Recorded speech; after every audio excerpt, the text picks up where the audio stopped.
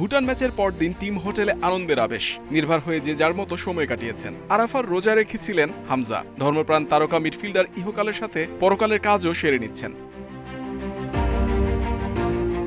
ফুটবলে দক্ষিণ এশিয়ার পরাশক্তি হয়ে উঠছে বাংলাদেশ। কেন্দ্রীয় চরিত্র হামজা চৌধুরী। জাতীয় স্টেডিয়ামে তার অভিষেক হয়েছে রঙিন। লাল সবুজ জার্সিতে দ্বিতীয় ম্যাচ খেলেই গোল পেয়েছেন, আন্তর্জাতিকে প্রথম। বাংলাদেশকে জয়ের পথ দেখিয়েছেন হামজা। তার উপস্থিতি বদলে দিয়েছে বেঙ্গল টাইগার্সকে।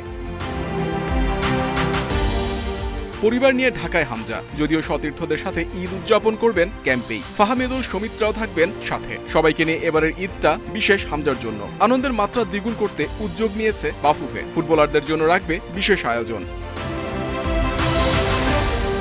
ভুটান ম্যাচে বদলে যাওয়া বাংলাদেশকে দেখা গেছে। আগে লং বলের স্ট্র্যাটেজিতে খেলাতেন কাবরেরা। এখন মিডফিল্ডের নিয়ন্ত্রণ, বিল্ড আপ ফুটবলে আধিপত্য বিস্তার করছে বেঙ্গল টাইগার্স। হামজার কারণে বদলে গেছে কৌশল। জামাল সোহেলদের মধ্যেও ফিরেছে আত্মবিশ্বাস। ভুটান ম্যাচে প্রথমার্ধে দলীয় সমন্বয় ছিল দারুণ। বিরতির পর হামজার অভাব প্রভাব ফেলেছে। সমন্বয়ের ঘাটতি ছিল কিছুটা। 2 গোলের জয়ও দলের পারফরমেন্সে তৃপ্ত হতে পারেনি ম্যানেজমেন্ট। সিঙ্গাপুর ম্যাচে উন্নতির প্রয়োজন।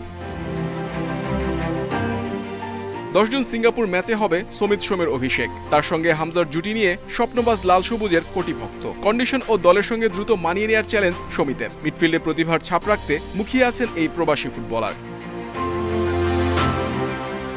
হাউসফুল গ্যালারি, সমর্থকদের গর্জন ফুটবলারদের চাঙ্গা রাখছে। সিঙ্গাপুরের বিপক্ষে প্রত্যাশার বাড়তি চাপ থাকবে হামজা সমিতদের ওপর। মোমেন্টাম ধরে রেখে ছন্দময় ফুটবল খেলার লক্ষ্য বেঙ্গল টাইগার্সের। প্রত্যাশা মতো পারফর্ম করতে পারলে জয় পাওয়া সহজ হবে বাংলাদেশের।